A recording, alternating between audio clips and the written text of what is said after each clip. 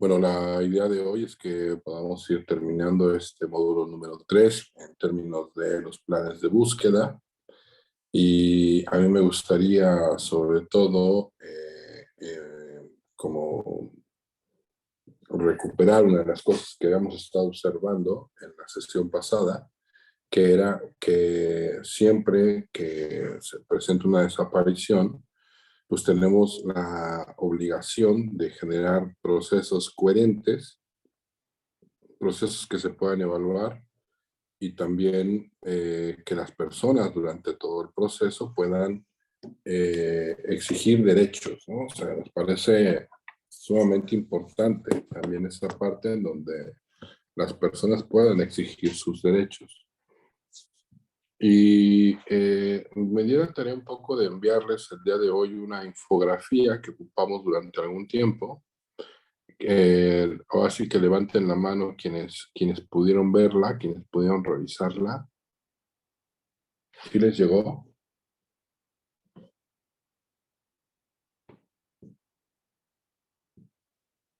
Bueno, esta infografía que yo les he compartido, lo que intenta dar cuenta es cuáles son los pasos básicos que deberíamos de tener, ¿no? Cuando nos encontramos con estos procesos, y que además es una herramienta que está probada y que se ha utilizado en otros espacios. Entonces, yo les compartí esta infografía justamente para que pudiéramos generar un debate, generar un diálogo en torno justamente a este proceso, ¿no? Y que este proceso ustedes puedan analizarlo justamente. Sí, la voy a enviar por aquí, permítanme un momento.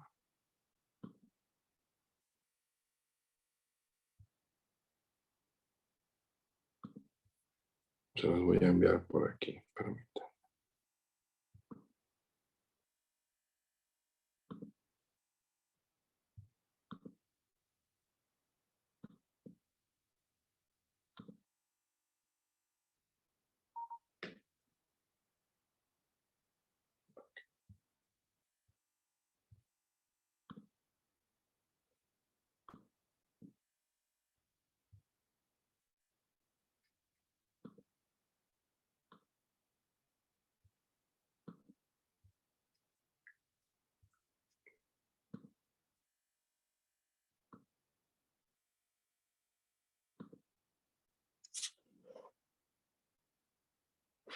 Listo, ya la tienen.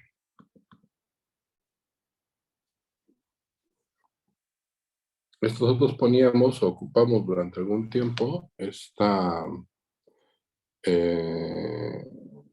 explicación de los 10 pasos para iniciar la búsqueda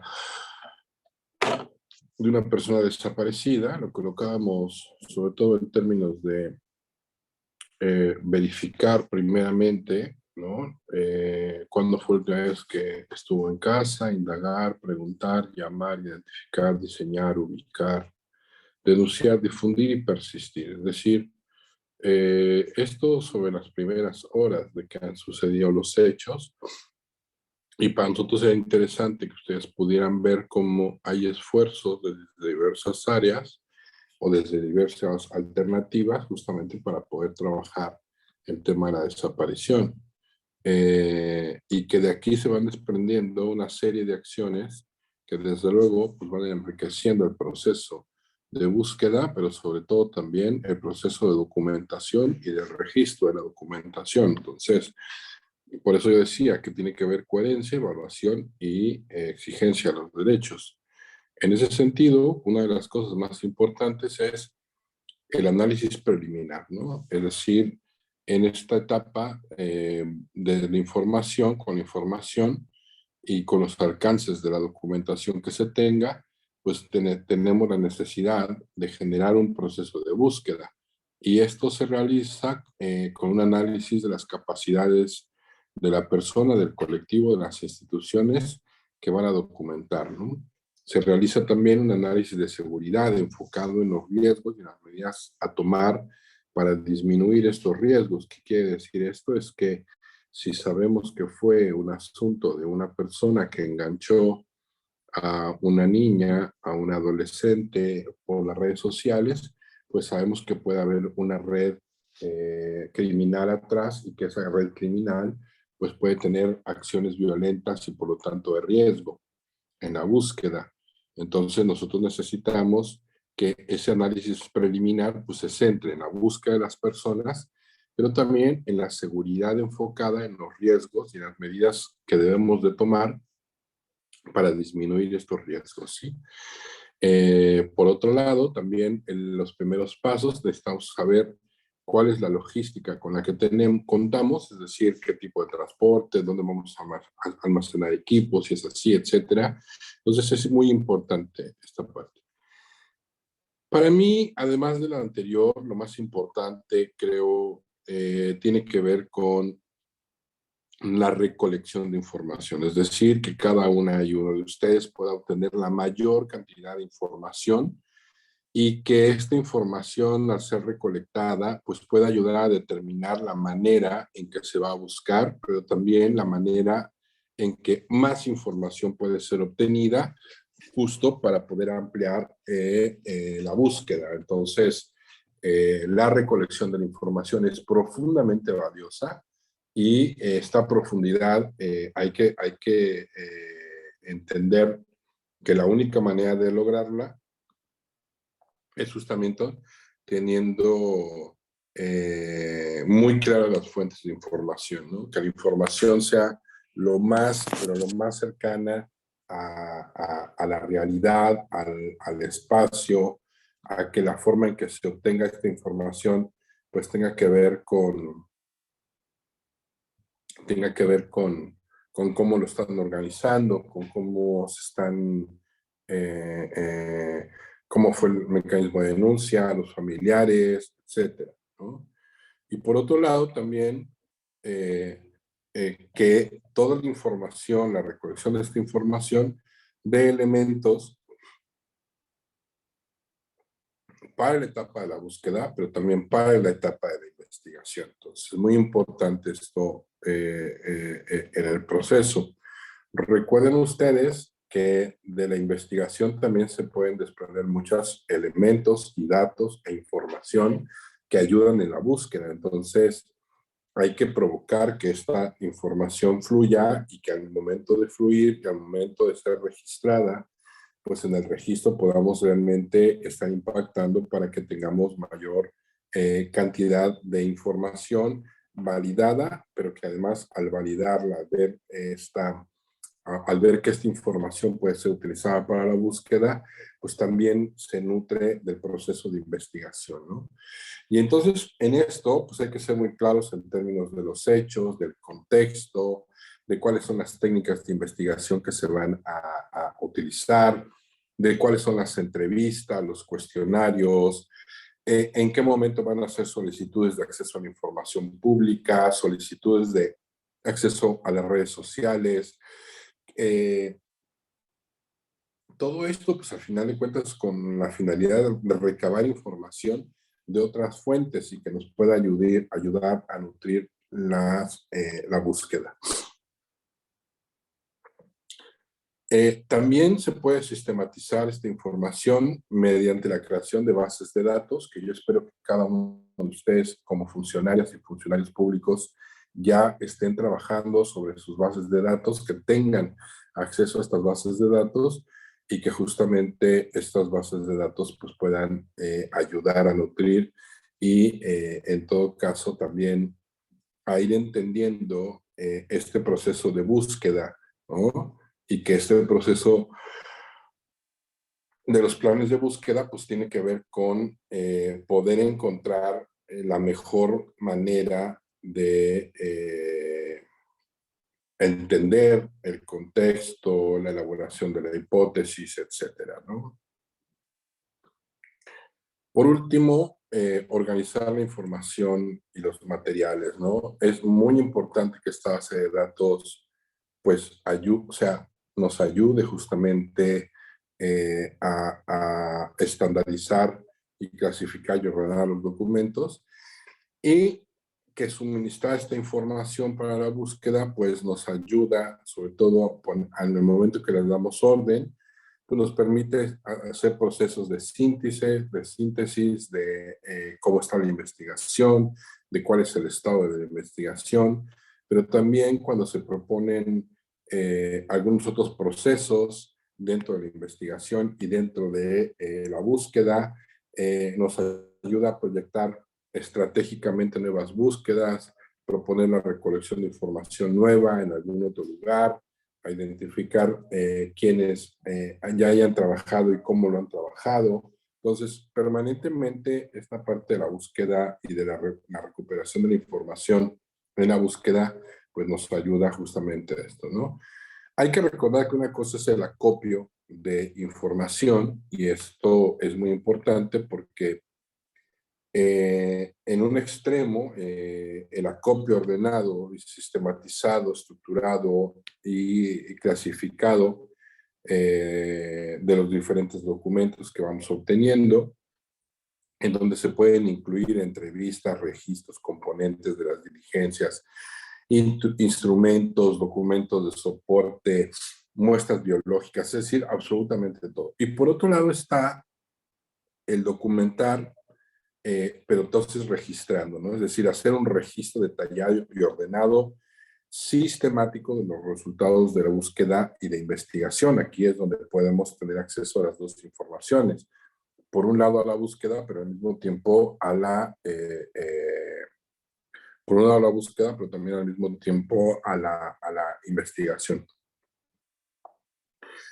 Lo anterior entonces incluye un registro adecuado tanto de las búsquedas en vida como de prospección, rastreos e intervenciones de posibles yacimientos de restos humanos, no arqueológicos, de evidencias de otro tipo que nos ayuden a tener este registro, y que estas evidencias que nos permiten tanto los documentales, las cosas que la gente puede decir en un territorio, los argumentos de si hay un patrón de conducta en las desapariciones, si tiene que ver con un segmento, si es un evento aislado, etcétera, pues es importante también en el registro de la información.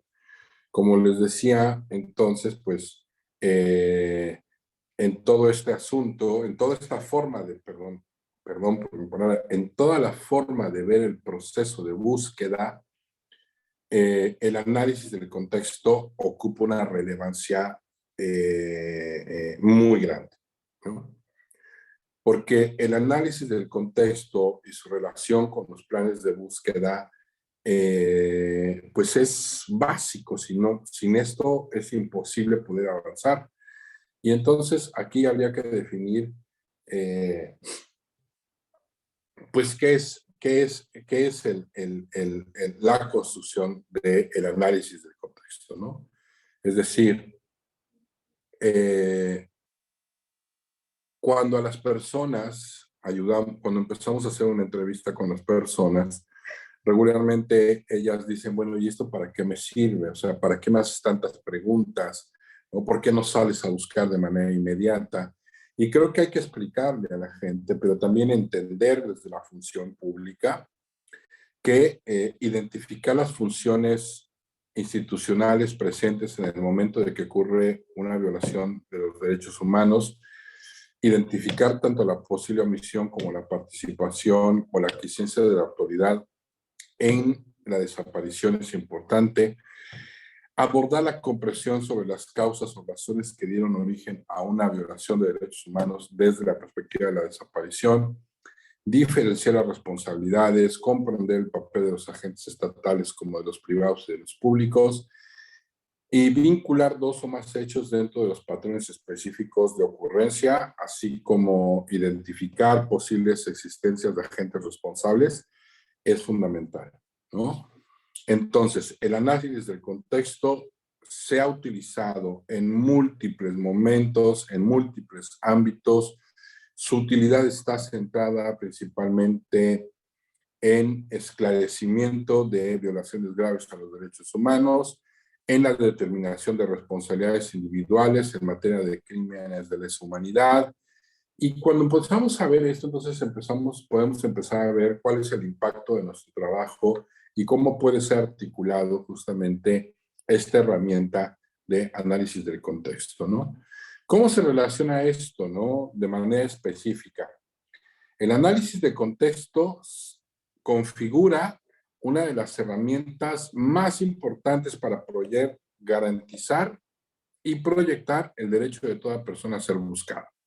Sin el análisis de contexto difícilmente podemos llegar a ello. Entonces, por lo tanto, es importante el análisis de contexto, porque sin esta herramienta lo que estaríamos haciendo como funcionarias, como personas servidoras públicas, pues estaríamos generando violaciones graves a derechos humanos, ¿no? El análisis de contexto entonces también permite abordar la comprensión tanto de las causas como los efectos de la desaparición, como de sus dinámicas sociales en un territorio determinado, ¿no? El análisis del contexto, entonces, es una manera de entender sistemáticamente los diversos factores que están presentes en cierto momento en un escenario específico y que pudieron haber incidido en que ocurrieran las violaciones a los derechos humanos y la desaparición de las personas. Por ejemplo, había una actividad cultural, había un concierto, entonces no había transporte y de repente, pues ese mismo día hay un patrón de desaparición de 2 o 3 mujeres, entonces podemos inferir que tiene que ver en el contexto del concierto, empezar a entrevistar a más personas, etcétera, para obtener la mayor cantidad de información y que esta información nos ayude justamente a generar el análisis del contexto y que este análisis del contexto nos pueda decir en qué condiciones se están dando las desapariciones, pero también en qué contexto se está dando la búsqueda, ¿no? En este sentido, pues el contexto está compuesto por diferentes actores, sujetos sociales, por circunstancias sociales, pues tienen que ver con condiciones económicas, políticas, culturales, sociales, con las diversas formas de victimización que hay en las zonas, con la construcción de debilidades institucionales o fortalezas institucionales. El contexto, entonces, posibilita la caracterización genérica de las víctimas, inferir las presuntas responsabilidades, abordar los escenarios de la desaparición, los contextos institucionales. Pero también nos ayuda a identificar patrones de la desaparición a través de la formulación de perspectivas. También nos ayuda a saber qué sucede en un caso y en otro y por qué pueden coaligarse, y entonces encontramos estos patrones, cómo están conectadas con formas de victimización similares o iguales de personas víctimas, y en el acto se podría inferir perspectivas sobre posibles escenarios de localización. Entonces, el análisis del contexto pues, nos va a llevar primero a construir un marco de referencia para investigación y el juzgamiento de los delitos. Incluye aspectos geográficos, políticos, económicos, históricos, sociales, culturales, ambientales,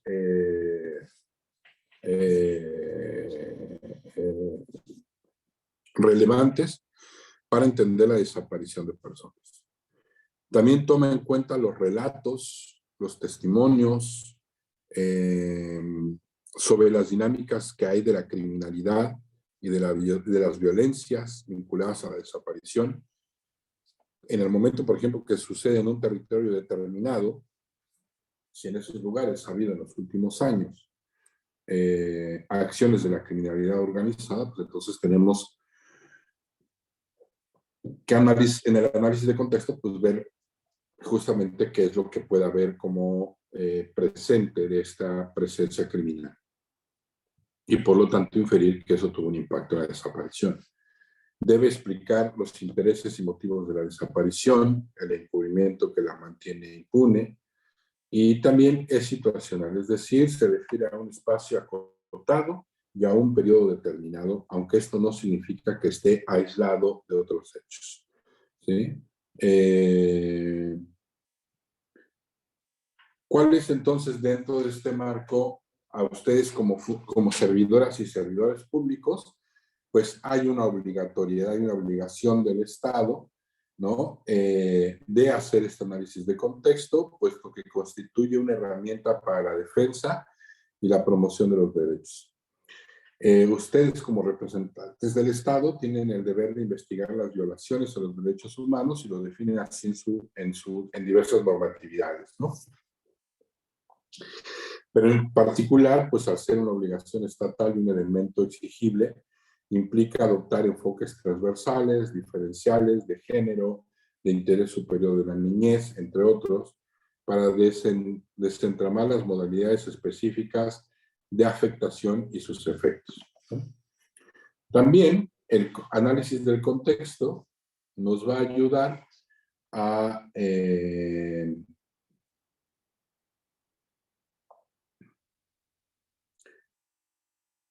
que en análisis de contexto también ayuda al proceso de investigación y poder determinar responsables penales, ¿no? Pero también a comprender el fenómeno en general o las circunstancias de un caso específico para proveer alguna hipótesis de localización. Orienta aspectos nodales de no discriminación, de no criminalización, de no estigmatización a la hora de abordar la comprensión de los escenarios, es decir, si se dan cuenta, es el primer filtro para poder revisar justamente que podamos estar salvaguardando la integridad, ¿no? Y por otro lado, el análisis del contexto faculta la comprensión de irregularidades. Por ejemplo, si un hecho o hechos tienen como característica haber sido cometido por uno o más actores, si se presume la participación de agentes estatales, si se puede argumentar la exigencia de múltiples actores interconectados. Entonces, para eso es justamente esta parte del trabajo. A ustedes como como servidoras públicas, también les supone poder generar análisis estadísticos, es decir, el análisis del contexto, también a ustedes les tienen que decir cuál es el análisis estadístico, es decir, generar hipótesis sobre la relación entre diversas formas de victimización, secuestro, trata de personas, feminicidios, pornografía infantil, etcétera, o el trabajo hemerográfico, es decir, análisis del material periodístico, que el material periodístico muchas veces nos va a decir aquí ya viene sucediendo y por lo tanto no es un hecho aislado, hay un patrón de conducta, es en horarios similares, es en zonas similares, etcétera, ¿no? Posibilita una mirada comprensiva del tipo de actores, sus tendencias, sus características y el impacto de sus acciones. Y por otro, un análisis etnográfico, es decir, el abordaje de dinámicas sociales a través del trabajo de campo en un espacio determinado. También puede ayudarnos a la comprensión profunda de las dinámicas sociales y complejas que están y sobre todo también analizar el territorio específico, cómo se desarrolla, qué es lo que sucede, cuáles son los factores de riesgo comunitarios, cuáles son los factores desprotectores, incluso las dinámicas sociales en términos de cuáles son los actores de esa comunidad, quiénes tienen mayor visibilidad, quiénes pueden haber visto, quiénes pueden haber escuchado, y a partir de ello poder ir generando todo este proceso del plan de búsqueda. Entonces, después de hacer el análisis del contexto, hay una responsabilidad de construir una hipótesis, ¿no? Que una hipótesis es un razonamiento estructurado, argumentativamente, que anticipa una posible interpretación sobre un hecho concreto. Entonces, construir una hipótesis es una posible explicación sobre el fenómeno de la desaparición. Busca confirmarla o descartarla por medio de un proceso sistemático de recolección de datos, de acopio de información, o de contrastación de hechos. Entonces, la hipótesis justamente nos va a servir para esto, ¿no? Si analizamos el fenómeno de desaparición en Villahermosa, por ejemplo, ¿no? Pues cuál sería la hipótesis, qué podrían señalar, cómo podrían señalar las mujeres que hay una mayor afectación a ellas o las adolescentes por su edad, ¿no? ¿Cuál sería la relación sexoafectivas? ¿Cuáles son las asimetrías que existen entre los noviazgos de las mujeres adolescentes? ¿Dónde predomina ejercicios de discriminación o dónde hay ejercicios de subordinación de las mujeres en Villahermosa? ¿En qué territorios determinados se marcan estas situaciones? Todo esto nos ayudaría a comprobar y descartar, así como también recabar datos estadísticos de fuentes oficiales, de carpetas de investigación, de trabajo con familiares, entre otros. La hipótesis es entonces una suposición sustentada y argumentada sobre la relación entre ciertos hechos y las condiciones en las que se dan estos hechos, ¿sí? Por lo tanto, cuando yo doy todos estos datos, pues lo que queremos es que se clarifique, que ustedes como desde el servicio público, desde ser servidoras públicas, pues puedan tener más herramientas para poder describir qué es lo que está sucediendo en un municipio en específico y entonces poder inferir qué es lo que está pasando con el fenómeno de la desaparición en ese lugar. Hay hipótesis analíticas, por ejemplo, ¿no? Hay hipótesis en donde se ofrecen una serie de proposiciones explicativas, los cuales podrían interpretarse la ocurrencia de hechos de desaparición, los aspectos que explicaría son diferentes manifestaciones, las causas que han dado origen, los posibles tipos de personas perpetradoras, las condiciones sociales, políticas, institucionales y criminodelincuentes entre ellas, cómo se estaría hablando de una posible repetición de estos hechos. Esa sería una hipótesis analítica, ¿no? Pero después tenemos la hipótesis de investigación del delito. Y en ese sentido, pues tenemos que son acciones, o sea, nuestra hipótesis está ligada a la hipótesis de la investigación, tiene un acuerdo con las fiscalías y los ministerios públicos. Esta hipótesis examina para demostrar si un hecho constituye un delito o no. Sus proposiciones se orientan por la posible identificación de las personas presuntamente responsables. Permite la consecuencia de recolección de pruebas a través de investigación. Los instrumentos de verificación y la confrontación se encaminan a comprobar el hecho y demostrar las posibles responsabilidades penales. Su importancia radica en qué orienta la recolección de pruebas, pero también en cómo se pueden descartar las proposiciones interpretativas del caso. Y por último, la hipótesis de localización, que son inferencias lógicas y argumentadas frente a la posibilidad de ubicar a una persona o un conjunto de personas en un paradero específico. Y el foco de este tipo de hipótesis de localización, se centra y radica igualmente en que orienta las estrategias y respectivas acciones de búsqueda, ¿sí? Entonces, esto es en estricto sentido la elaboración de las hipótesis, ¿no? Algunos ejemplos de cómo se tendría que generar esto, pues tiene que ver con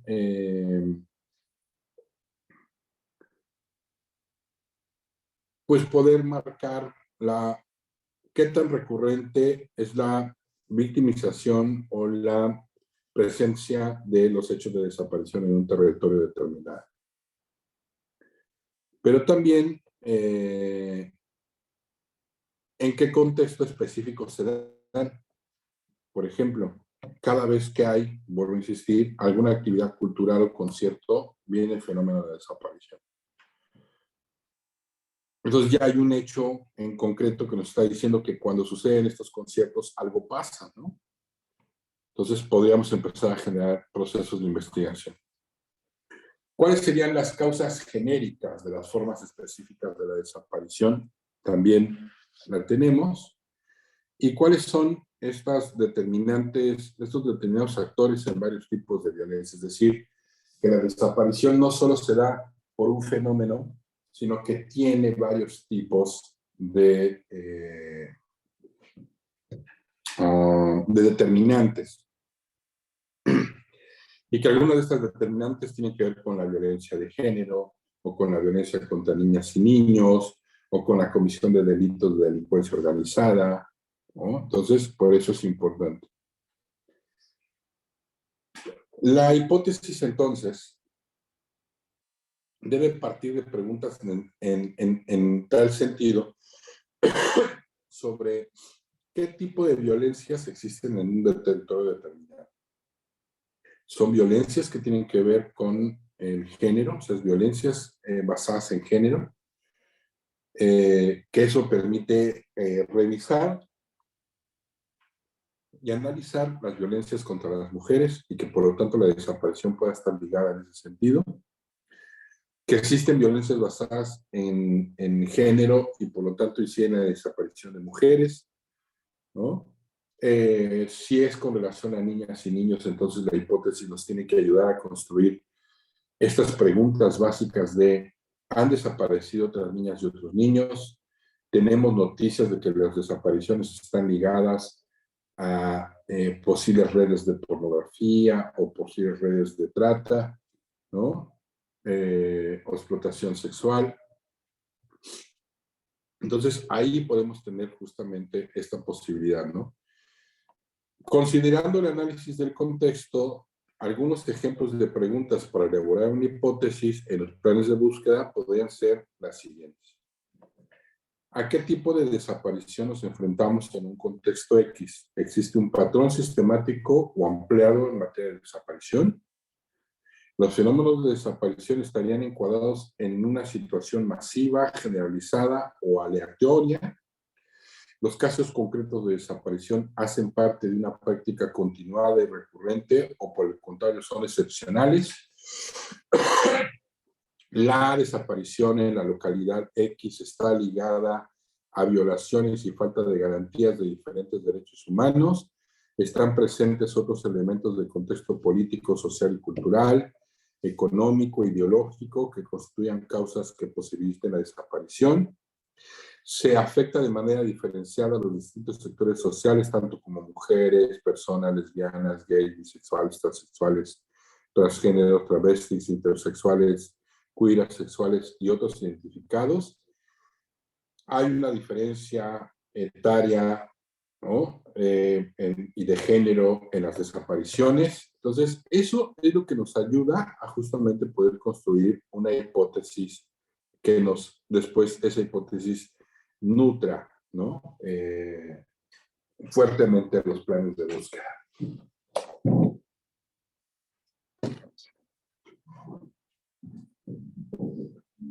Tenemos entonces también la delimitación. La delimitación el proceso de búsqueda, y que la delimitación nos va a llevar a que podamos abordar un problema en dimensiones prácticas para efectuar los estudios correspondientes que permiten enfocarnos concretamente en áreas de interés específicas, sus alcances y determinar sus límites. Sí.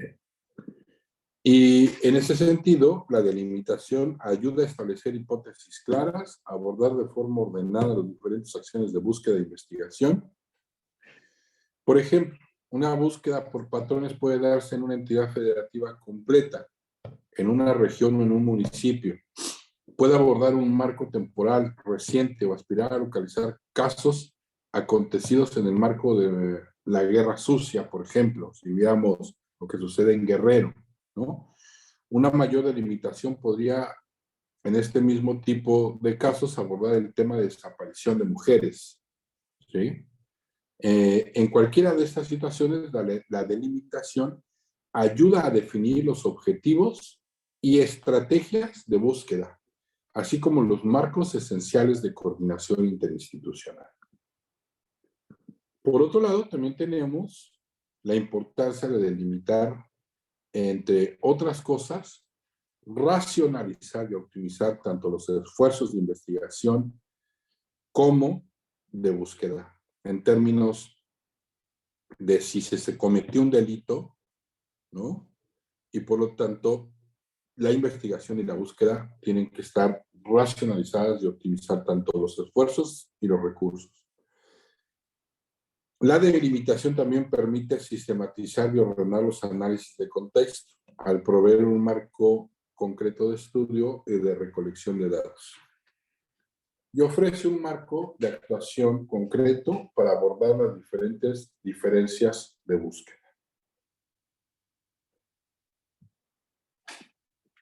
Delimitar en un plan de búsqueda tiene implicaciones específicas en materia espacial, ¿sí? ¿Cuál es la zona de búsqueda y el espacio físico en el que lo vamos a hacer? Los puntos de búsqueda y rutas de desplazamiento. Si ustedes revisan, por ejemplo, esta infografía que yo les mandé hace un momento aquí en el chat, y ustedes la abren, esta infografía la estuvimos ocupando durante algún tiempo y de hecho mucha gente la sigue utilizando porque es el arranque de la búsqueda sin necesidad de tener que llegar forzosamente a la denuncia como punto número 1, ¿no? Revisar el estado de las pertenencias, revisar bienes del hogar y de la familia, revisar posibles notas, cartas, mensajes de despedida, monitorear su correo electrónico, la bandeja de entrada y de salida en las redes sociales de la persona desaparecida. Indagar información con personas cercanas, ubicar a personas que la vieron por última vez, llamarlas, contactarlas a través de redes sociales. Pregunta claramente para obtener información útil por el lugar en donde fue vista por última vez. Ya aquí estamos delimitando una zona de búsqueda y de espacio físico. Con quién estaba acompañada, si se dirigía a algún tipo, si notaste algún cambio en su comportamiento, rutina antes de la desaparición. Llamar a Locatel para descartar que la persona se encuentre detenida en algún hospital también es importante para poder ir, y también ahí hay un gran banco de datos, ¿sí? ¿No? Y en caso de que la persona desaparecida sea menor de 18 años, pues activar de manera inmediata la alerta AMBER, ¿sí? Entonces, pues es muy importante poder realizarlo, ¿no? Identificar personas o lugares en los que pudo haber sido vista para trazar una posible ruta antes de la desaparición. Pues si se dan cuenta en esta propuesta, nosotros ya estábamos pensando en cómo delimitamos esa zona de búsqueda, ese espacio físico, ¿no? Los puntos de búsqueda y las rutas de desplazamiento. Ubicar las cámaras de seguridad públicas, negocios, fraccionamientos que pudieran haber grabado información útil para la localización de la persona. Y llegamos al punto de la denuncia, ¿no? O sea, cuando ya tenemos todo esto, entonces llegamos al punto de la denuncia. Estamos hablando de que esto a veces le lleva a la gente una hora, no más. O sea, y puede llegar al Ministerio Público, ¿sí? Pues a aportar información muy valiosa ya en un proceso de búsqueda y ustedes también pueden tener un contexto distinto, podemos indagar justamente en ese contexto y que se pueda construir una hipótesis por lo más consolidada posible a partir de la información, ¿no? Elaborar las líneas del tiempo, ¿no? Me regresaría entonces, si se dan cuenta, nosotros, yo solo les comparto esto porque es una forma en la cual en su momento usamos para poder atender problemáticas muy específicas y que ahora lo que queremos es que, pues, con la ley, con esta nueva obligatoriedad desde el Estado, pues tengamos una posibilidad distinta de poder generar estas hipótesis, el contexto, pero además determinar las zonas, determinar los puntos de búsqueda, elaborar líneas del tiempo, ¿no? delimitar temporalmente, ¿no? Qué momentos, en dónde se encontraba, con quién se encontraba, ¿sí? ¿Cuáles son la relación de los acontecimientos con situaciones genéricas? ¿Cuáles son las situaciones extraordinarias de la desaparición? ¿Cuál es igualmente, cuál es la utilidad para establecer nuevas rutas dentro de la desaparición? ¿Cuáles serían alguna responsabilidad de algún otro actor de manera directa? ¿No?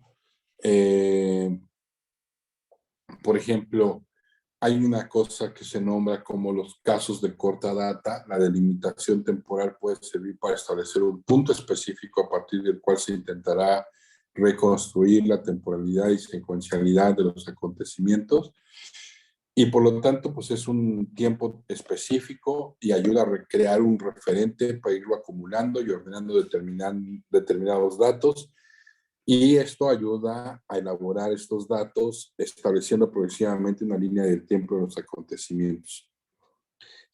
Un ejemplo, entonces, sería si a cierta hora, en un determinado lugar de una ciudad X, se carece de elementos policiales que resguarden la vía pública, puede ser un factor que aprovechen ciertas personas victimarias para captar a personas esto en aras de la ventana de oportunidad que ofrece el contexto. ¿Sí? Lo que yo les decía de igual manera, ¿no?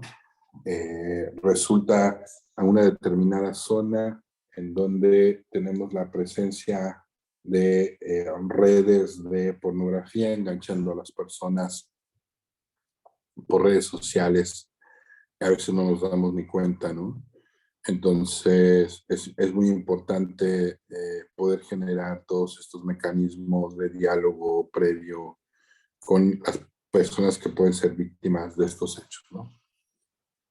Ahora, tenemos dos mecanismos de alerta temprana. ¿Cuáles son estos dos mecanismos de alerta temprana con los que estamos? ¿No? O los tres mecanismos de alerta temprana. ¿Quién me los quiere mencionar? Buenas tardes, profesor. Buenas tardes, compañeros. Bueno, los mecanismos de alerta temprana que, por ejemplo, aquí en la comisión nosotros manejamos es la alerta ALBA, la alerta AMBER. En algunos estados se maneja la alerta plateada que se utiliza para personas de la tercera edad y se utiliza otra cédula que es cédula de persona desaparecida para el adulto varón. Ok, muy bien. Gracias, Cristel.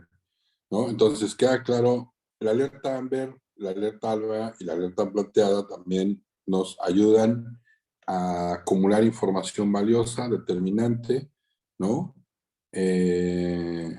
La búsqueda inmediata en la elaboración de los planes de búsqueda, pues es esencial, es una importancia central, toral, ¿no?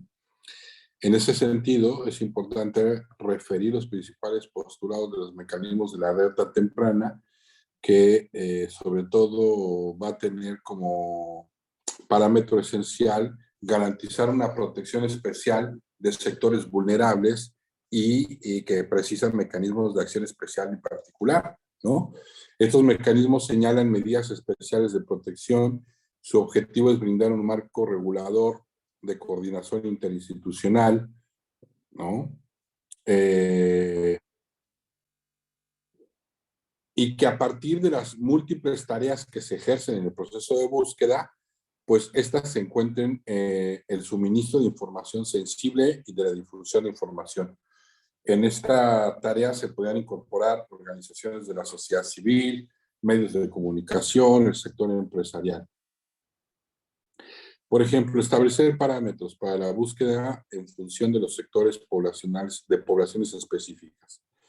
Organizar la colaboración entre los organismos de los tres órdenes de gobierno y las organizaciones de la sociedad civil, medios de comunicación, sector empresarial, y armonizar actividades de forma operativa para emprenderlas de acuerdo con la normatividad que brinda la protección especial y el bloque de constitucionalidad en el cual estemos trabajando. ¿Qué es la alerta AMBER entonces? ¿No? La alerta AMBER es un programa para coadyuvar en la búsqueda y localización de niñas, niños y adolescentes que se encuentran en riesgo de sufrir un daño grave a su integridad personal, ya sea por ausencia, desaparición, extravío, privación ilegal de la libertad o cualquier otra circunstancia donde se presuma la comisión de un delito ocurrido en territorio nacional. Promueve un mecanismo nacional de coordinación y cooperación sistémica entre las tres órdenes de gobierno, medios de comunicación, organizaciones de la sociedad civil, sector empresarial, entre otros que pudieran estar involucrados en el ámbito de sus respectivas competencias. Esa es la alerta AMBER, ¿no? ¿Cuándo se activa la alerta AMBER? ¿Quién me quiere decir cuándo se activa la alerta AMBER? A ver, compañeras y compañeros, ¿cuándo se activa la alerta AMBER?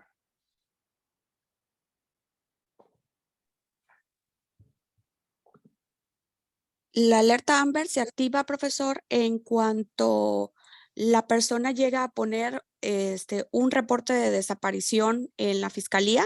La fiscalía tiene el deber de, al hacer la carpeta de investigación, si la persona es niña, niño o adolescente, que son personas vulnerables, tiene el deber de emitir esa alerta AMBER en el momento. Okay. Entonces, todas las personas menores de 18 años, en el momento que llega una persona y lo reporta, ¿no? Emitir el reporte, o sea, ni siquiera estamos pensando en la denuncia, simplemente vengo a reportar que desapareció alguien y en ese instante se tiene que activar, ¿no? También hay que tener información, la mayor cantidad de información para poder realizarla, ¿sí? Entonces, es importante. Otra cosa que también es importante mencionar es que se activa de forma inmediata y es independiente a los procedimientos e investigaciones, ¿no? O sea, no tenemos que esperar a que haya una investigación para activarla. Y sobre todo que busca priorizar zonas de búsqueda en función de razonabilidad, promueve el derecho a la igualdad, prevé situaciones de alerta con una duración máxima de 72 horas, ¿sí? ¿Cuál es la entidad responsable? Pues la entidad responsable es la Fiscalía General de la República a través de la Coordinación Nacional. Precisa que tal solicitud sea remitida en enlaces de la Secretaría de Seguridad Pública para detonar las acciones específicas y la difusión de la cédula de identificación a través de la plataforma México. Sin embargo, cuando la activación de la alerta contempla solo una entidad federativa, es la coordinación estatal la encargada de su activación. Y por último, ¿cuándo se desactiva o se amplía la activación de la alerta? Se prevé que las coordinaciones respectivas revisen las actividades cotidianamente para su ampliación temporal o territorial y se desactiva en caso de localización de la persona o si la activación pudiera poner en riesgo la integridad de esta, ¿sí? Entonces, esas son las dos causas por las cuales se puede desactivar la alerta AMBER, ¿vale? Hay procedimientos de seguimiento y evaluación, de vinculación interinstitucional, de capacitación y certificación. Hay un comité, hay un proceso consultivo y de supervisión, ¿no? Hay comités y subcomités que tienen que ver con todo el proceso de la alerta AMBER. Yo invitaría mucho que del material que se ha diseñado para el diplomado puedan entrar y ver qué es lo que se está haciendo, ¿no? Por otro lado, tenemos el protocolo ALBA, ¿no? Que tiene que ver con la búsqueda inmediata de mujeres y niñas desaparecidas, ¿no? Sus características principales son: se activa en casos de reportes de desaparición de mujeres y niñas. Procura establecer mecanismos centralizados para la recolección de reportes a través de una ventanilla única ubicada en el Centro de Justicia para Mujeres. El objetivo de esta acción es recabar de forma directa los reportes de desaparecidos o desaparición de personas que se encuentran dentro de los supuestos específicos del protocolo homologado. Prevé la necesidad de adelantar la búsqueda con apego al respecto y defensa de los derechos de las mujeres, garantizando acciones sin daño y sin discriminación. Y se propone también garantizar la integridad de las mujeres en el proceso de localización y se compone por 3 fases diferenciadas y concatenadas en el marco de su desarrollo. La primera fase contempla abrir la carpeta de investigación, levantar el reporte con base en un esquema predeterminado, establecer el plan de investigación, de acompañar a las víctimas, notificar a la comisión de víctimas sobre la apertura de la investigación, elaborar fotovolantes, ordenar su difusión, ordenar actos de investigación en campo por medio de la policía y de investigación del gabinete ordenar el resguardo de información en videocámaras de seguridad, solicitar ante la autoridad jurisdiccional la intervención de telefonía, entre otros. Prevé la activación del grupo operativo para tareas esenciales, búsqueda y localización, realizar rastreos remotos, abonar la investigación, videograbaciones, compartir información, etc. Y sobre todo esta información, realizar la búsqueda física de víctimas y difundir los fotovolantes, entre otros. Proyectar la conformación de células de búsqueda que a partir de su despliegue territorial deban reconocer dispositivos de vigilancia, de videovigilancia, localizar posibles testigos, realizar patrullajes, etc. Luego está la segunda, ¿sí? La segunda fase. Implica que el Ministerio Público amplíe las líneas de investigación, se abra paso para intervenciones periciales, se fortalezcan los rastreos remotos, se solicite información adicional a otras entidades, se ordenen acciones adicionales a las células de búsqueda, entre otros. Y la tercera, opera la desactivación del protocolo a partir de la localización de la persona. Si se localiza la persona sin vida, se ordenarán los actos de investigación. En el caso de niñas y adolescentes, si se les encuentra con vida y no se presume que la ausencia se debió a un delito, se prevé la entrega a las personas que poseen la potestad de los menores o de las niñas y los adolescentes, y se presume ausencia como consecuencia del delito, la carpeta deberá remitirse a la respectiva fiscalía, ¿sí? Entonces, estas son las características del protocolo ALBA, ¿sí? ¿Alguien de ustedes ha usado estas 2 herramientas, Alerta Amber y ALBA? ¿Alguien conocía ya esto? Sí, ¿Nadie? profesor, nosotros en la comisión de búsqueda lo manejamos diariamente. Nos llegan de fiscalía diariamente. Y es Fiscalía General de la República la que te da la instrucción. No, Fiscalía General del Estado, trabajamos ¿Okay? nosotros en conjunto.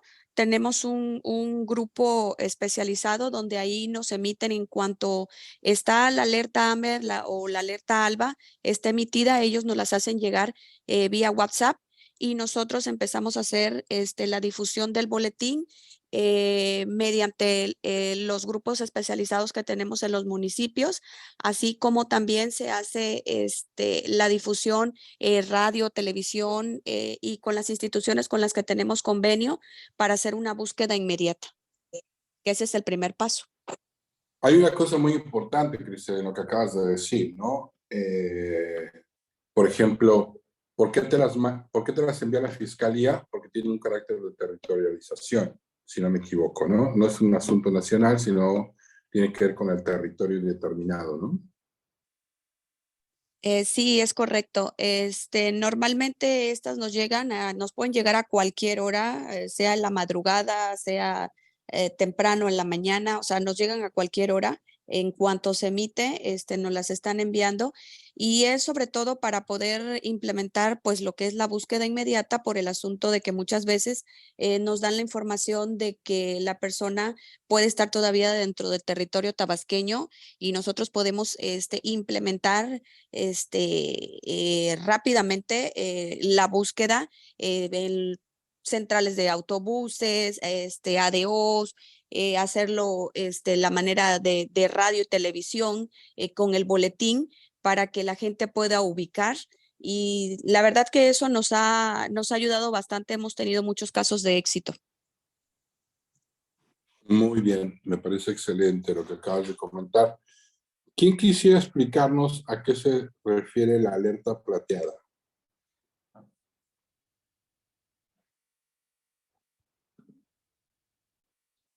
¿Alguien ha usado la alerta plateada?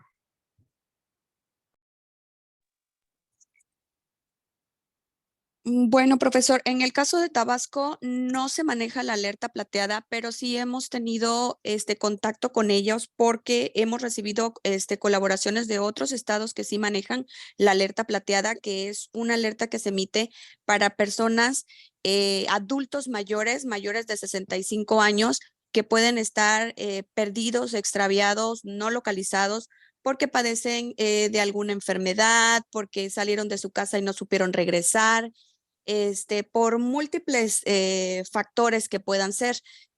Pero sí, nosotros la hemos manejado, pero como colaboración de otro estado.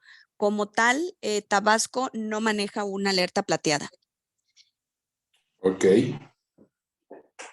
¿Alguien más la ha utilizado alguna vez? Yo no tengo referente de haberla usado nunca, ni haber estado cerca del uso.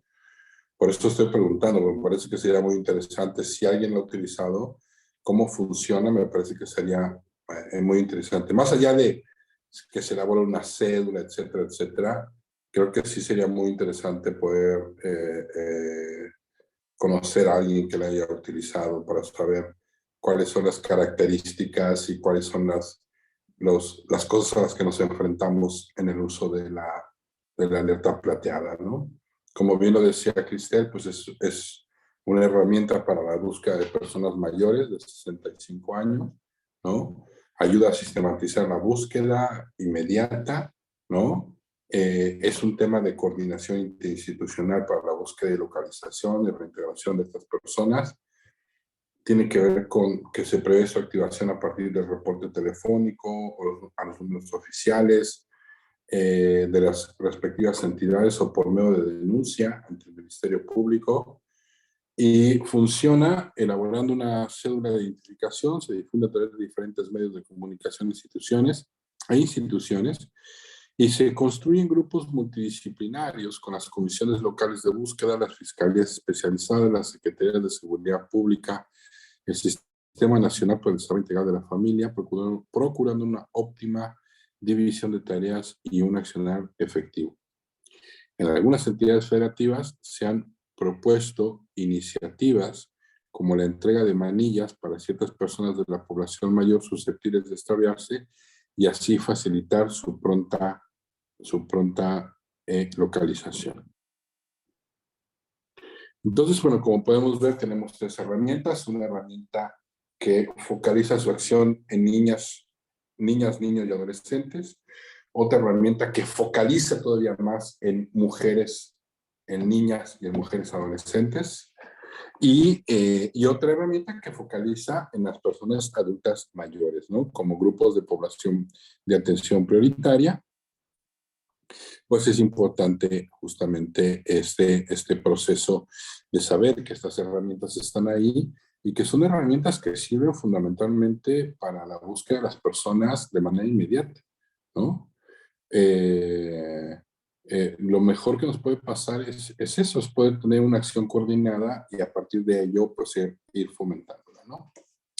Yo quisiera en este momento poder dejar una pregunta en el aire para regresar en 5 minutos, porque me gustaría que pudieran trabajar rápidamente ahí donde están sentados. Y que ustedes me pudieran decir cuáles son las 5 instituciones con las cuales están trabajando ahora.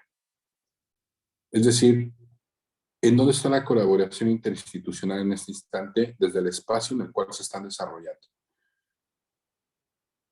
¿Vale? Entonces, voy a dar 5 minutos para que cada uno de ustedes pueda empezar a hacerlo. Si quieren, las pueden ir poniendo en el chat. Y si no, las podemos ir comentando e ir abriendo, porque lo que me interesa ahora que vamos a entrar a la colaboración interinstitucional para establecer los planes de búsqueda, pues yo quisiera saber hoy en día con qué actores, con qué instituciones, en dónde está en este instante esas 5 grandes vertientes con las cuales están interactuando para poder generar la búsqueda de las personas. Entonces, vamos a dar 5 minutos para que podamos hacer este trabajo y regresamos.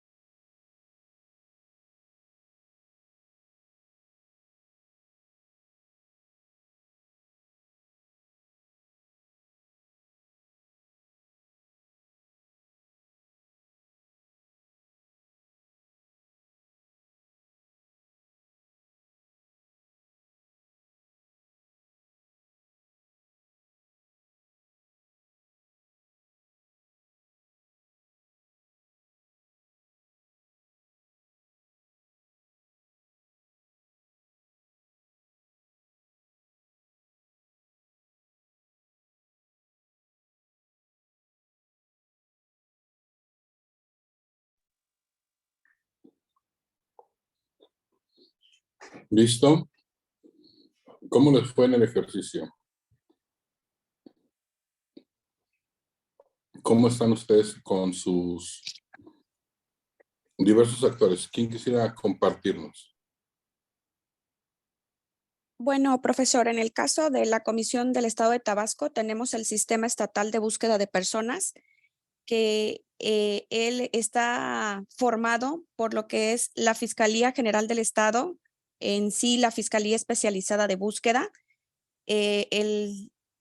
Seguridad Pública, Secretaría de Salud, el Secretario Ejecutivo del Sistema Estatal de Seguridad Pública, el DIF, Centros Asistenciales y Albergues, la Profade, Migración y la Secretaría de Educación, que fue la última que se integró con nosotros.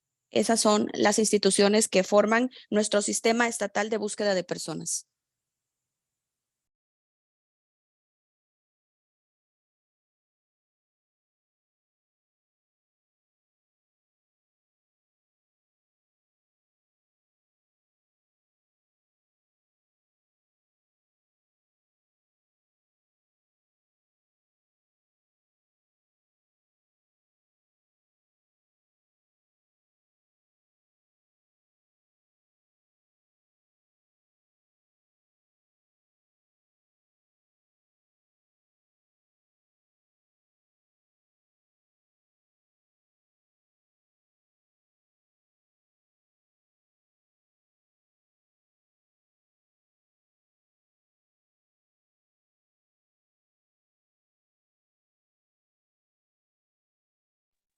Gracias, Giselle. Perdón, estoy hablando aquí con el micrófono. ¿Alguien más? Cintia, Mireya, Alondra, Luis, Obed, que pudieran comentarnos cómo están haciendo hoy su vinculación interinstitucional, su colaboración interinstitucional.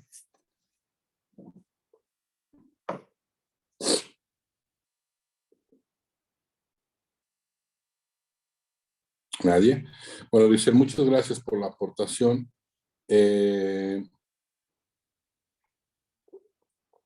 La colaboración interinstitucional debe no solamente ser un proceso de colaboración, sino de coordinación institucional. En algunos casos, cuando se establece, por ejemplo, un sistema, pues ahí podemos decir que hay una colaboración. Sí, se colabora, hay un sistema, etcétera, etcétera. Y está muy bien. Ahora, lo que hay que sostener es la coordinación. Y la coordinación institucional para la búsqueda de las personas desaparecidas, pues es clave porque se garantiza el derecho de toda persona a ser buscada. Para este ejercicio hay diferentes directrices, ¿no? Leyes, normas, protocolos.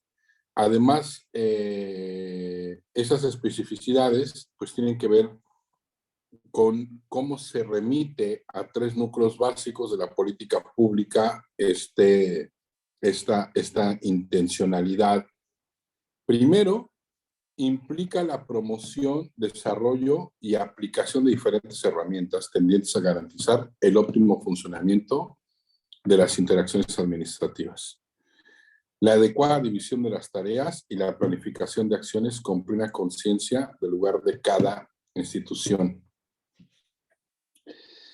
En este marco hay una necesidad de una comunicación fluida, de que tiene que haber un proceso articulado, de que se pueda fortalecer los diferentes tipos de búsqueda y cada uno de los procesos de su aplicación.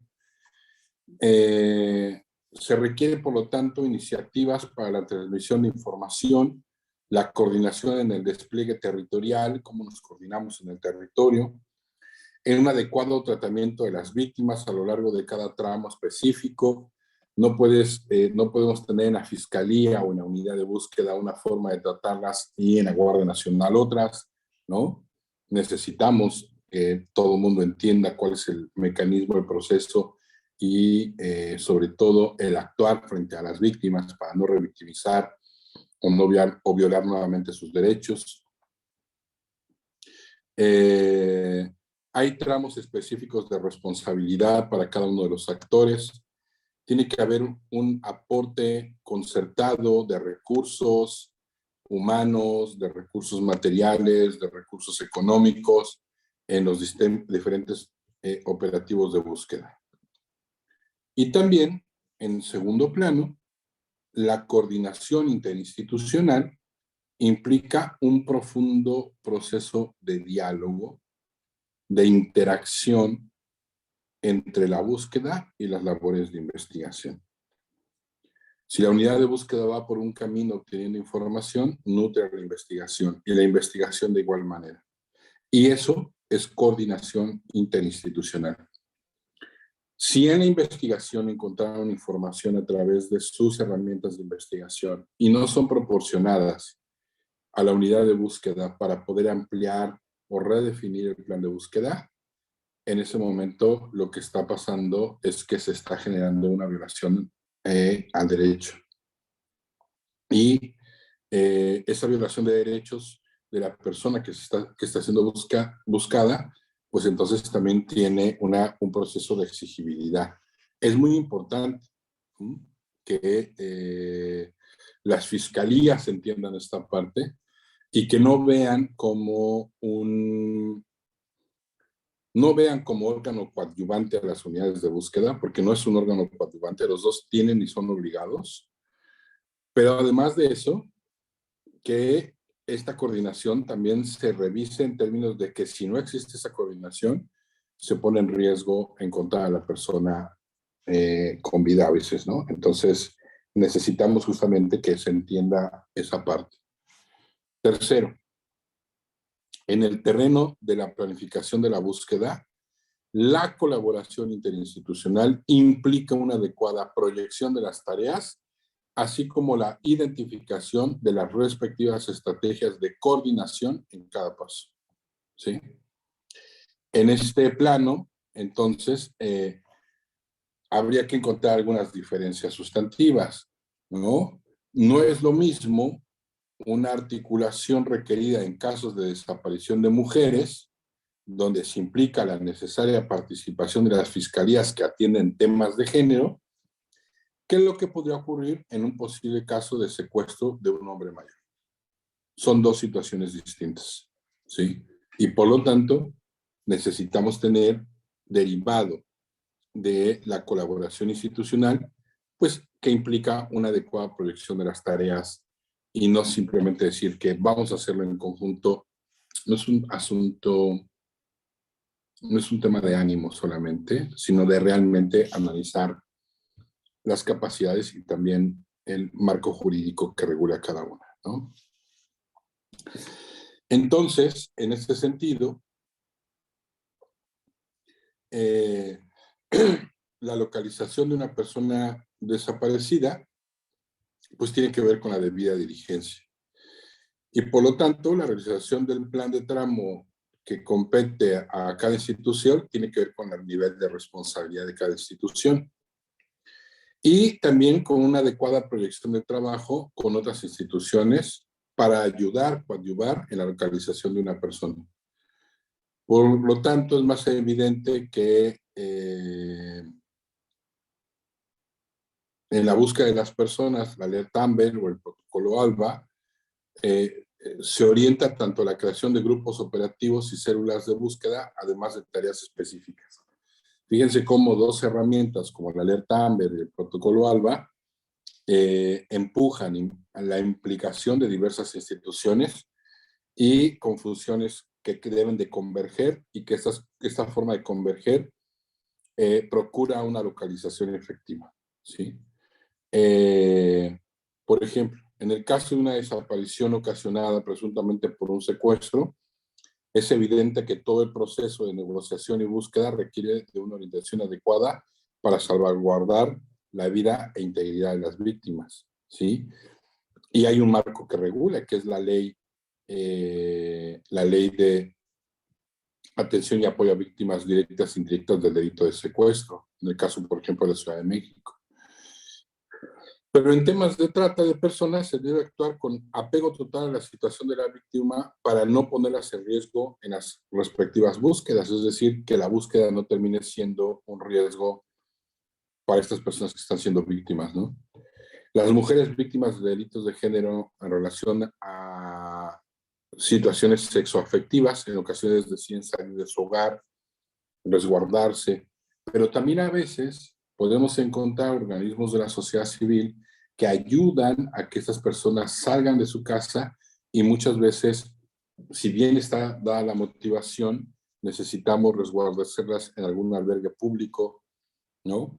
En varias situaciones los victimarios de estas reportan su desaparición para dar con su paradero, entonces hay que tener cuidado, por eso el contexto es importante. Y el contexto no solamente nos lo da la persona que denuncia, sino poder hablar con más personas para poder verificar.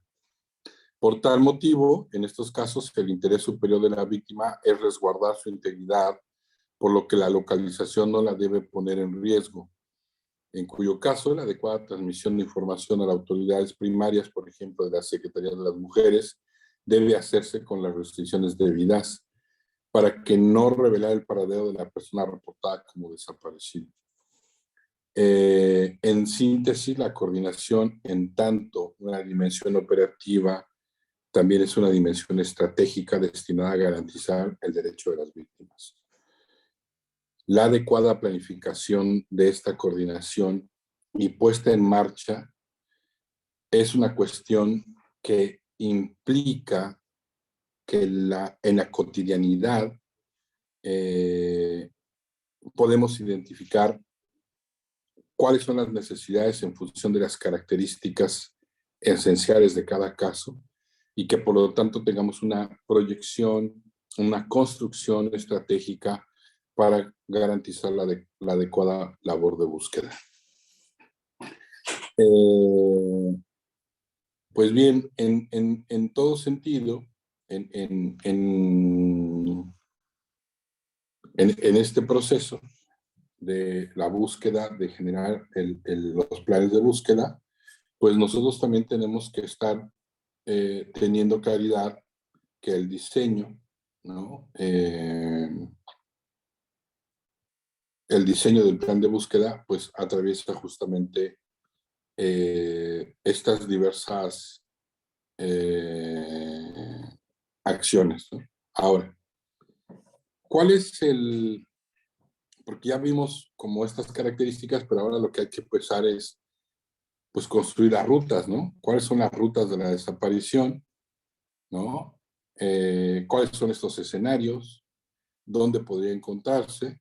Y entonces el trazado de estas rutas de desaparición no se limita a señalar puntos en un mapa, sino que busca desarrollar y articular elementos para generar un plan de búsqueda. En mi experiencia, para desarrollar un plan de búsqueda eficiente, para generar un plan de búsqueda que eficaz, efectivo, ¿no? Entendiendo eficiencia como lo programado, eficacia como el manejo de los recursos y efectividad, entendiéndola como el impacto de que podamos encontrar con vida a las personas, pues tiene que ver con trazar rutas, ¿no? Y que esta toma de decisiones pues sean parte de un proceso de búsqueda y no solamente de una iniciativa, de las ganas de, sino que tiene que haber un proceso estratégico. Reunir la información sobre la persona, sobre el contexto, sobre los lugares, sobre los tiempos, sobre los riesgos. Eso es muy importante. Pero muy, muy importante, ¿no? Poder hacerlo y hacerlo bien. ¿Sí? Identificar cuáles serían los puntos nodales, cuáles serían las rutas, los límites, ¿no? Identificar junto con otros actores cercanos a la víctima de desaparición los lugares habituales, los lugares frecuentes, los lugares posibles, las rutas. pero también en el identificar incidencias, ¿no? ¿Qué otros factores intervienen en el desplazamiento de la persona desaparecida? Los factores geográficos, climatológicos, humanos, delictivos, ¿sí? Pues esas incidencias que se dan, ¿no? Identificar qué insumos tenemos, ¿sí? También nos ayuda a perfilar lugares. ¿Dónde fue el último lugar en el que se vio con vida? ¿No? O se vio a la persona, perdón, se vio a la persona. Ubicar las cámaras, identificar personas claves en la vida de estas personas, identificar hospitales, bancos, dependencias, organizaciones en la zona, identificar a las personas que presenciaron los hechos, si la gente vio que se llevaron a la persona, ¿no? Generar la hipótesis, pues es identificar cuál es el trazo o la traza de una desaparición, cuál fue el polígono, cuál es el lugar en el que hay que hacer la búsqueda. Y por último, preparar los insumos, ¿no? Que implica el plan de búsqueda y consolidar las hipótesis de localización. Todas son importantes, pero no funcionan ni generar la hipótesis ni preparar los insumos puede funcionar si no hacemos reunir la información, identificar los nodos, las rutas, los límites, identificar las incidencias e identificar los insumos, porque todo eso nos ayuda a construir el contexto. ¿Sí? Entonces, es fundamental.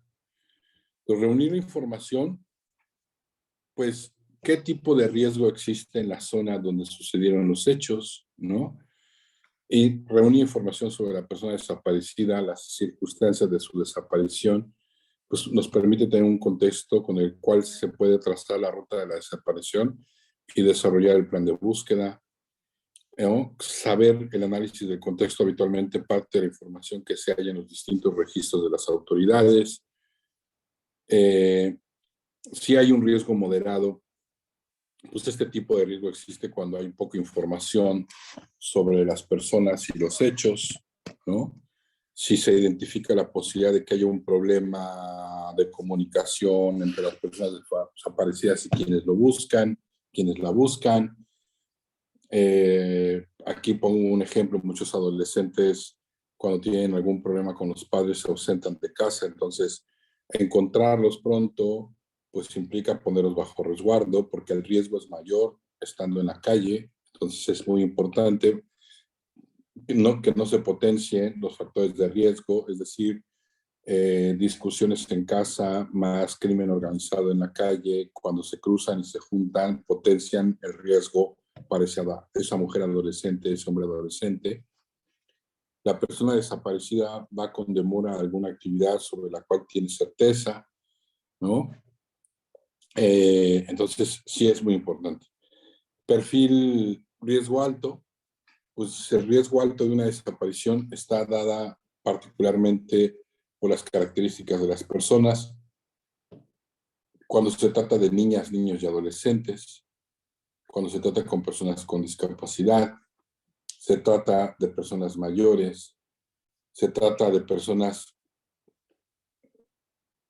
que son posibles víctimas de alguna comisión de un delito delictivo, se trata de personas con antecedentes de problemas a salud mental o antecedentes o contexto de violencia familiar. Entonces es muy importante, ¿no? Y luego también en el riesgo alto, pues habría que revisar, yo aumentaría al material que se nos ha compartido, pues también la posibilidad de que haya sido cometido por particulares, si es un grupo criminal, ¿no?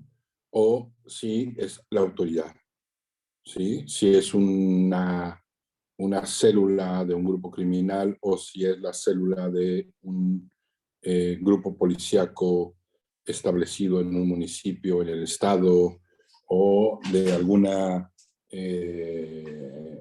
algún grupo de orden nacional, bueno, pues también eso eleva el riesgo, ¿no? No es lo mismo una persona adulta mayor que desaparece por un problema mental, que de repente pierde la memoria, a una mujer de 16 años en un territorio determinado que es sustraída por un grupo criminal, o lo que sucedió con con los 43 estudiantes de Ayotzinapa, en donde claramente hay la presencia de diversos grupos de crimen organizado, pero también hay la presencia de Fuerzas Armadas. Entonces, eso hace una diferencia sustantiva, ¿sí? De qué y cómo se tendría que generar la búsqueda de las personas desaparecidas. ¿Sí?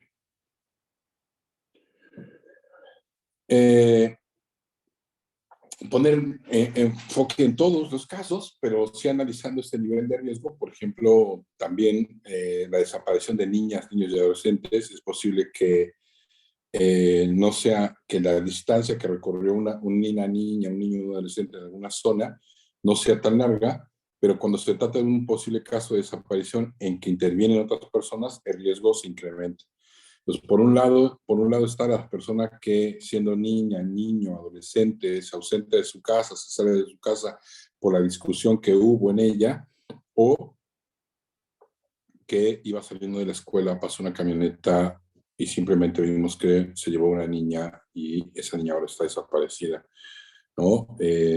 Hace algún tiempo, algunos meses en concreto, me sucedió estar acompañando un hecho similar en Michoacán, que después terminó siendo un secuestro, pero que en los primeros minutos activamos absolutamente todo, pero que después terminó interviniendo la fiscalía, porque bueno, decían, es que es un problema de secuestro y no es una desaparición.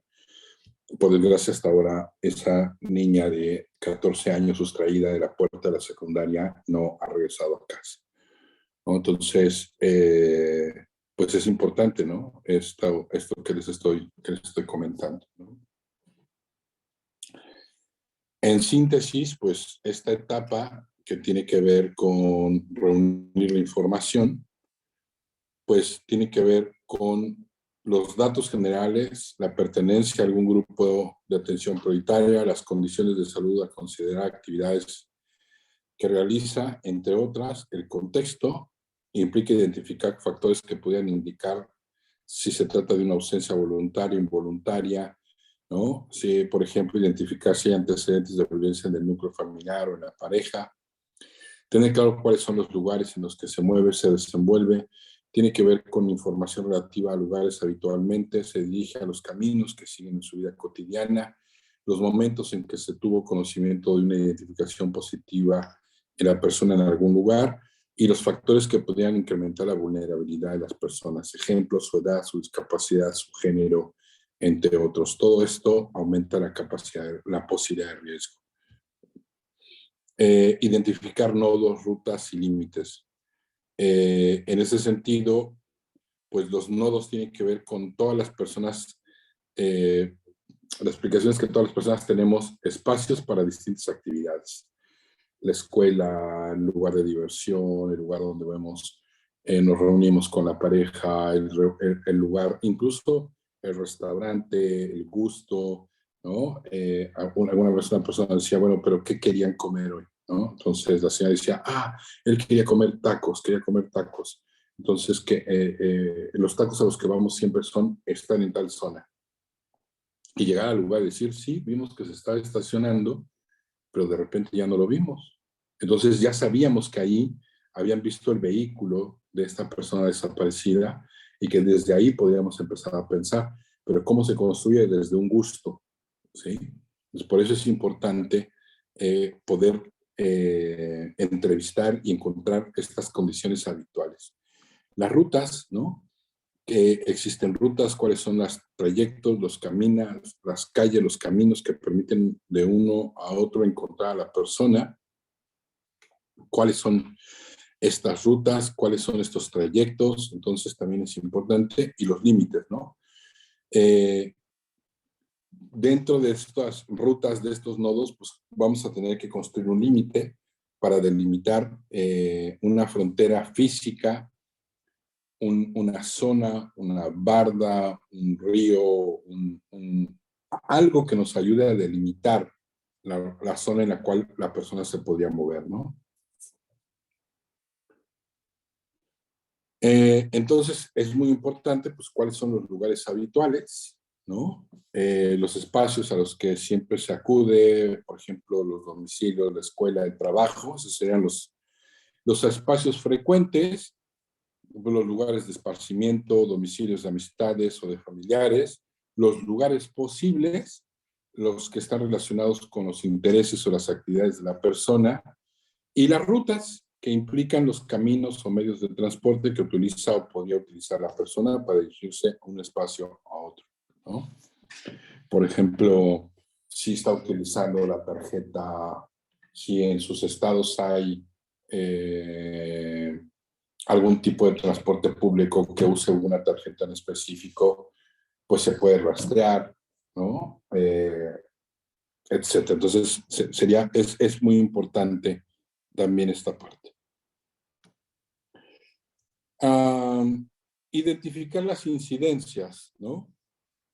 Relacionadas, las incidencias entonces son incidencias geográficas, son todas aquellas que están relacionadas con el tipo de terreno, es decir, si hay montañas, valles, barrancas, zonas boscosas, si es la zona urbana, si es dentro de la zona urbana, si es una unidad habitacional, si es una colonia. No es lo mismo estar buscando una unidad habitacional como el Rosario, por ejemplo, Tlatelolco, o en un barrio.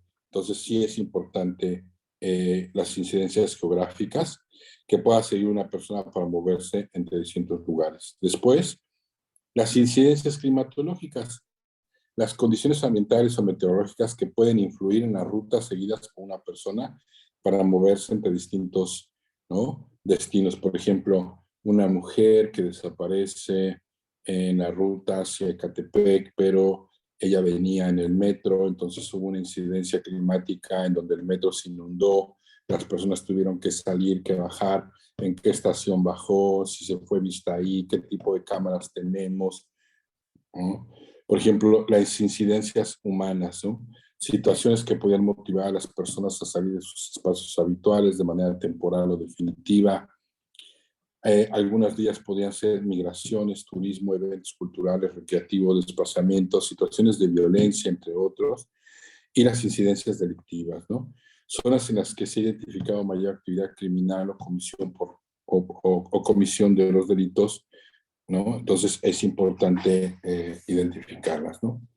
Cuando es entonces una desaparición, se presume la existencia de un delito, es útil considerar los datos estadísticos de patrones delictivos en la zona para saber qué tipos de delitos se están cometiendo. Hay robo transeúnte, robo a transporte público, a lo mejor reportaron que hubo una agresión dentro de el transporte público y las personas fueron llevadas a determinado lugar, y entonces hay que ir a buscar un hospital, ¿no? Para saber si no fue derivada por las lesiones que presentaba nuestro familiar o la persona que hayan ustedes recibido el reporte de desaparición. También implica identificar insumos para perfilar el lugar donde se vio por última vez a la persona, ¿no? ¿Qué cámaras de seguridad es importante ubicar? Todas aquellas situadas en intersecciones, espacios públicos, comercios privados, cualquier lugar cercano a las rutas, nodos o límites en los que se vio por última vez a la persona desaparecida. Todas las personas que tuvo contacto con la persona desaparecida deben ser consideradas como alguien que al haber presenciado los hechos puede proporcionar información valiosa. Entonces ya aquí estamos hablando justamente de identificar los insumos. Tenemos dos insumos frente a la desaparición, si se dan cuenta: las cámaras de seguridad y aquellas personas que presenciaron alguno de los hechos. Incluso puede ser, o cuento una anécdota. En alguna ocasión estábamos en medio de la búsqueda de una persona y lo que hicimos fue ir a hablar a la escuela, ¿no? Y simplemente le explicamos a los chicos y a las chicas, compañeros del aula, le dijimos: miren, sabemos que sufre violencia, sabemos que es víctima de violencia en su casa, no estamos buscándola para hacerle daño, estamos buscándola porque el riesgo que corre al estar fuera de su casa es mayor que estando en otro lugar, ¿no? Tampoco queremos que regrese a su casa porque sabemos que en su casa va a haber mucha más violencia derivada del hecho de su ausencia. Entonces logramos convencer a los chicos y después de un cuchicheo, después de una intervención en el salón de clases, pues los chicos dijeron, pues sí, sí sabemos dónde está. Y era impresionante cómo todos los chicos del salón habían hecho un ejercicio de solidaridad plena, pues porque su compañera era víctima de violencia en su casa, ¿no? Entonces, no eran porque había alguien que dijo, no son cómplices, perdónenme, pero no es una complicidad. Están salvándole la vida a su compañera que todos los días era abusada sexualmente en su casa. Entonces ahí hay un delito que perseguir y hay que actuar en contra del agresor para que esta niña pueda estar, si bien se puede, en ese lugar o en otro. Pero entonces, si se dan cuenta, pues en ese sentido los parámetros pues se amplían, ¿no? La presencia de quienes presenciaron los hechos. La presencia no solamente es aquellas personas que en la calle vieron cuando se estaban llevando a alguien, ¿no? Sino que hay otros actores que también nos pueden ayudar a encontrar justamente eso.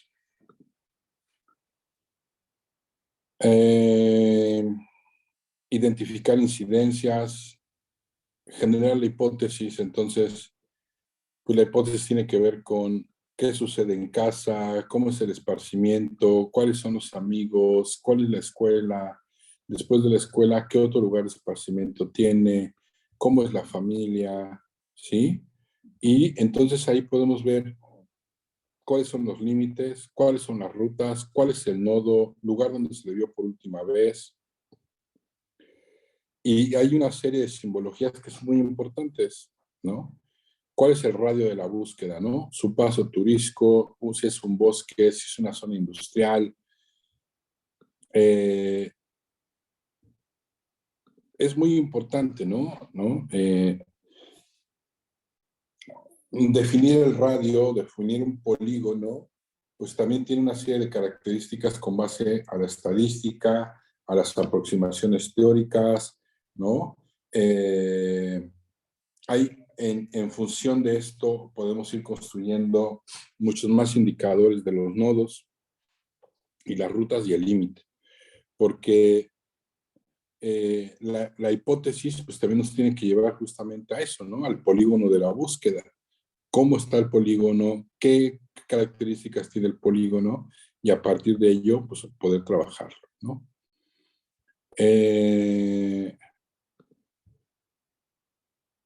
Cuando preparamos los insumos para el plan de búsqueda, ¿sí? Porque hay que preparar los insumos para el plan de búsqueda, pues estamos hablando de que todo lo anterior permite localizar en un espacio-tiempo concretos a la persona y los posibles puntos en los que puede ser ubicada, tales como los lugares que frecuenta, que sean habituales o ocasionales, los caminos, qué recorridos hacía esta persona, las identificaciones positivas y las incidencias al hallarse en distintas rutas posiblemente. De igual manera, las fuentes de información permiten corroborar o ajustar las hipótesis iniciales con las que se trabajará en el plan de búsqueda. ¿Sí? La desaparición, entonces, la desaparición de las personas. El plan de búsqueda es el trazo de las diversas estrategias, ¿no?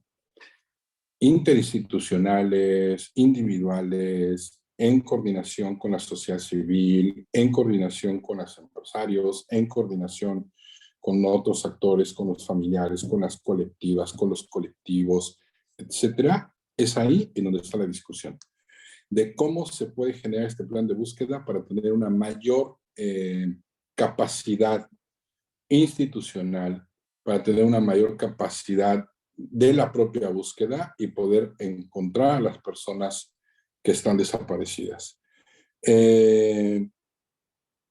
No se trata solamente, como bien decía hace un rato, de una carta de buenos deseos.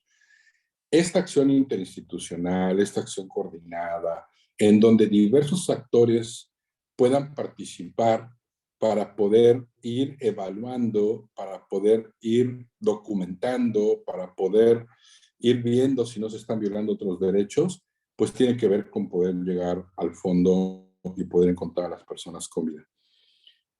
Para mí sí es muy importante decir que una de las partes esenciales tiene que ver con cómo buscamos en las primeras horas, ¿no? Ni siquiera estamos hablando de las 72 horas. O sea, para nosotros en la experiencia son las primeras 14 horas, 12 o 14 horas, en donde, por ejemplo, una niña que es sustraída en Puebla puede ser puesta en Reynosa, Tamaulipas, en 8 horas y después brincar a Estados Unidos y jamás la volvemos a ver de regreso. Entonces sí es muy importante que los planes de búsqueda puedan entender el contexto en el cual se está viviendo la desaparición en México y que muchos de los casos de desaparición pues tienen que ver con convertir en mercancías a las personas que están siendo desaparecidas y que estas personas pues tienen todo el derecho a regresar a casa y que las primeras horas son fundamentales y que además esas primeras horas pues ya vimos hoy que tienen diversas herramientas desde la alerta Amber hasta otras herramientas, pero también el propio plan que se puede hacer. Las hipótesis son eso, hipótesis. Puede haber 3, 4 hipótesis, pero lo importante es que se puedan seguir sistemáticamente y coordinar, aceptando la coordinación y la acción interinstitucional, pero también aceptar que puede estar llegando información permanentemente producto de la investigación y por otro lado producto de la búsqueda y que estos dos formatos, tanto la búsqueda como la investigación, nutren permanentemente a el proceso de investigación y nutren permanentemente al proceso de búsqueda. Porque lo que más nos interesa es justamente encontrar a las personas, la aparición de las personas. Entonces, sí es importante que ustedes, desde su papel de personas servidoras públicas, puedan entender que una adecuada planificación, que un adecuado proceso estratégico pues construye la posibilidad de encontrar una persona o de no encontrarla. Que el contexto es importante, que las características de las personas son importantes, que saber qué es lo que está sucediendo en los territorios es importante y que no solamente podemos quedarnos con lo que levantamos, sino que tenemos que tener una mirada mucho más amplia. Si bien la desaparición de una persona en particular es un árbol en el bosque, la realidad es que para poder encontrar ese árbol hay que mirar el bosque completo. Sin eso que acabo de comentar, sin voltear a ver el bosque completo, lo más seguro es que no logremos encontrar a la persona. Depende, por lo tanto, de cómo integremos, de cómo levantemos la información, de cómo hagamos esa entrevista y sobre todo de entender que las personas, siempre podemos encontrar en la historia de las personas motivaciones, tanto de la propia geografía en la que viven, la criminalidad que están viviendo todos los días, la zona limítrofe, el vivir sobre el filo de la navaja, las propias características de ellas y de ellos, su propia conducta, siempre nos van a aportar información profundamente valiosa para identificar en dónde estamos parados y hacia dónde podemos ir.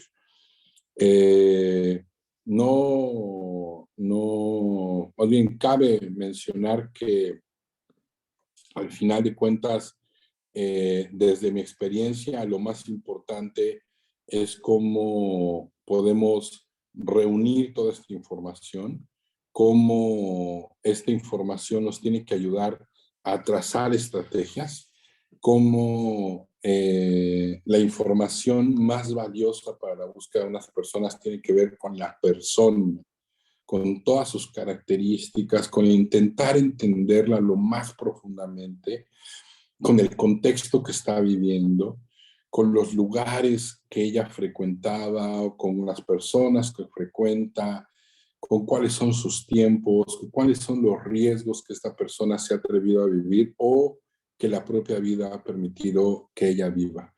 Entonces, sí es importante esta primera etapa de reunir la información para planificar el plan de búsqueda porque sin esta, lo más seguro es que no tengamos los datos suficientes para tomar decisiones estratégicas y que las decisiones que estemos tomando no necesariamente contemplen un proceso estratégico, sino que lo que contemplen sea un proceso, pues un proceso que no cumple con el protocolo de búsqueda y que no cumple con los estándares que demanda la propia acción interinstitucional. Yo hasta aquí me quedaría. Me parece que entonces es profundamente importante esta parte del plan de búsqueda. Ustedes tienen el reto ahora para su próximo trabajo de poder elaborar y de poder pensar esto. Y me gustaría que fueran bastante más disruptores de lo que ya han sido en sus trabajos. ¿Por qué digo disruptoras o disruptores? Porque imaginarnos las cosas más, atrevernos a imaginarnos otro tipo de estrategias y de acciones, pues nos pueden llevar a una combinación mucho más certera de la búsqueda de las personas y no necesariamente quedarnos en el plano de pareciera que funciona o pareciera que puede funcionar. En mi experiencia, en la búsqueda de personas, en coordinar una unidad de búsqueda de personas con vida desde la sociedad civil, lo que más puedo decirles que nos llenó fueron las entrevistas a profundidad con los familiares, porque las entrevistas fueron las que más elementos nos dieron para poder construir algoritmos que en la búsqueda podían decirnos exactamente qué es lo que estaba pasando con las víctimas y darnos cuenta que muchas veces las víctimas eran víctimas justamente no solamente de la desaparición, sino víctimas de otro tipo de violencias.